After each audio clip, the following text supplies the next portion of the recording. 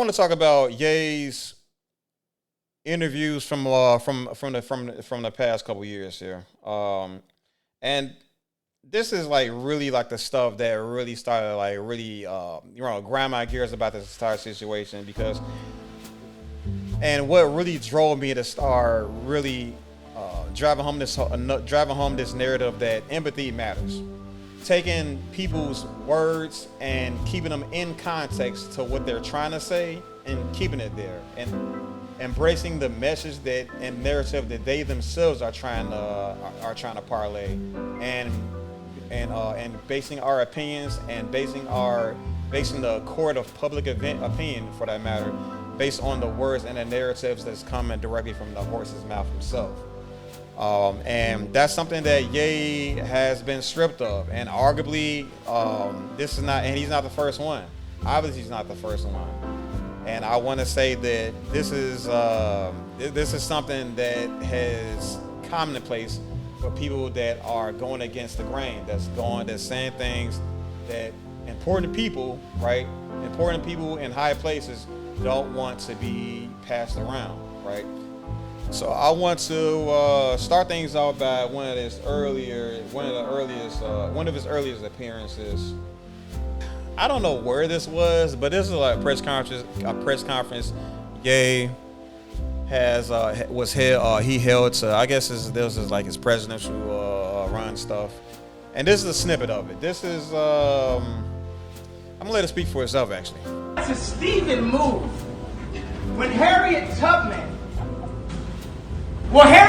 never actually freed the slaves. She just had the slaves go work for other white people. Y'all, we leaving right now. You see what she said? Y'all, we leaving right now. She ain't wasting no time to be to get triggered by that statement. And it's a triggering statement when you listen to the first half and you don't listen. You'll listen to the rest of it. But has she just chilled out and let him and calm the nerves and like listen to him thoroughly?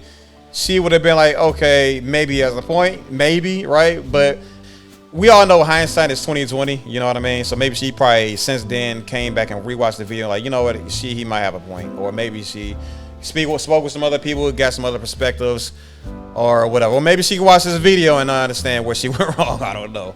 But he says that Harriet Tubman did not free the slaves, right? She got slaves and had them work for other white people, right? And I'm sorry, but he's not wrong. A lot of people are spinning a narrative that he disrespected Harriet Tubman. You can say that if you want to, but this is something that's bigger than Harriet Tubman. And I think that's the important part. This situation of slavery and black people's relationship with America is definitely bigger than Harriet Tubman. So to put the indictment on Ye with the point of contingency being focused on Harriet Tubman is too surface level. It's way too surface level. Because what Ye is speaking to is, again, black people as a whole, right? But they were slaves working for nothing, right? And now, she got those people, she got those slaves and had them work for other white people. So maybe they may not, they earn a wage and they are not beaten and stuff like that. And there's no overt bondage and stuff like that going on. But Ye is not speaking to simple bondage, because the bondage is the pain and like the chattel slavery, or the cattle slavery and all these other things. All of that, yes, that is the makings of the trauma that black people have in this country. But there is another trauma that black people are actually experiencing today, and that's severe poverty, right? And the only way to make it the only way to be great in America is to be economically proficient, right? You have to be that dude. You have to have bread. You have to have built something to be considered great in America. And Harriet Tubman grabbing those black people from slavery and delivering them to new bosses, new masters, right?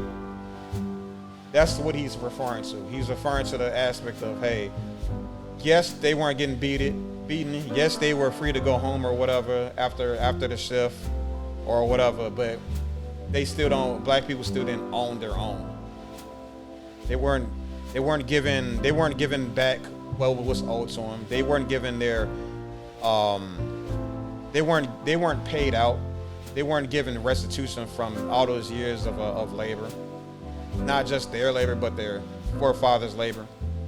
And that's important. That's important to help that's important to understand in his message. You know what I mean?